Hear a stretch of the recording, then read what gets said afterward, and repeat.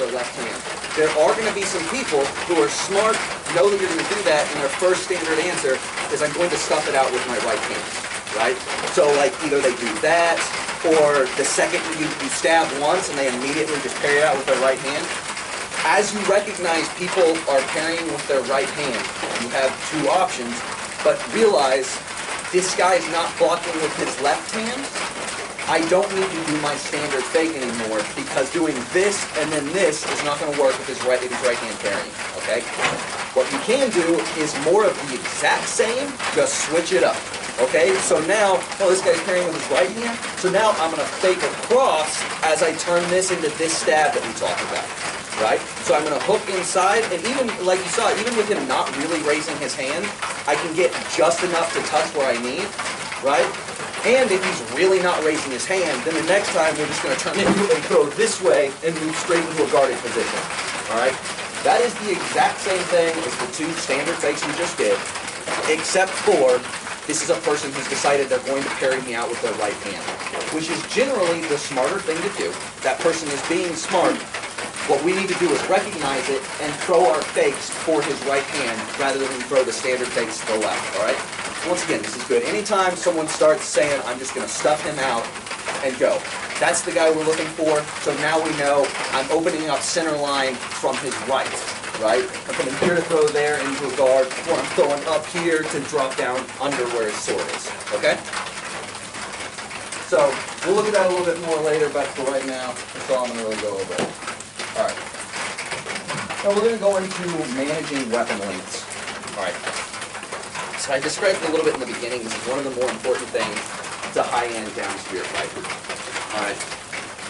A lot of this, as I was showing you, has to do with where each weapon can be used and understanding, right?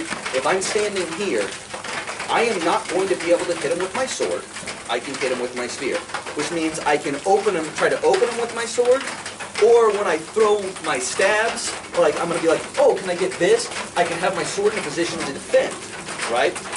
But at this, we just need to understand that at this distance, I'm not using my sword, and that's going to be the majority of left foot forward, right? I'm going to have a little more balance here. The thing is that when we get to a point where we're fighting, we're right here, I want to do everything I can to have balance, right? So if I'm standing like this, with this extension, and I can't quite hit, if he steps in and parries this, now I can hit with this, but I can't hardly hit with this, right? This is what we don't want to have when we're fighting, okay? So, you've got a couple of options, and it's about how to get there, all right? So the first thing is if he comes in hard, I'm going to step back like this. Well, what I've done is I've taken one step to retreat, and now I've created balance between my weapons. I can throw over. If he wants to block up to do that, I can drop back down here. I can drop it back over here. But the main thing is I'm creating a balance with my weapons so I can fight him, right? Because the last thing we want is to be swinging right here and just being like, I got a shield, I'm going to move back and forth. Okay? So, once again, this is going to be our standard step. He moves in. I'm just going to step back. Remember, once again, this hand comes out. I do not move it in like this. This number one mistake. Number one mistake. People pull in like this. Horrible defense, horrible offense. All right? Good defense, good offense. I am still threatening with my spear, and I have protection from places. All right? Yes, he can't just come straight in versus he can hit me all day, and I'm starting to move over here. There's no defense, right? So, first option, we're going to drop our spear foot back. I like to elongate my stance like this. You see my shoulders back? Once again, this is all about balancing my weapons. If I was fighting like Florentine, I wouldn't tell you to fight like this. If I was fighting sword and board, maybe, but still probably not ever really elongate your stance this much. This is specifically because now I'm creating space for both to be able to use, okay? So that's our first answer. Our second answer to create it is going to be instead moving my feet around to now, once again, create space with my back arm and gain space with my front arm where I can now engage with both weapons. Make sense? Okay. We're going to, this is going to be the biggest thing that you're going to need to learn how to do. And these will be the 2 standard steps. So what I want you to do is get with a partner, or we got a small space, we'll just have one person do it.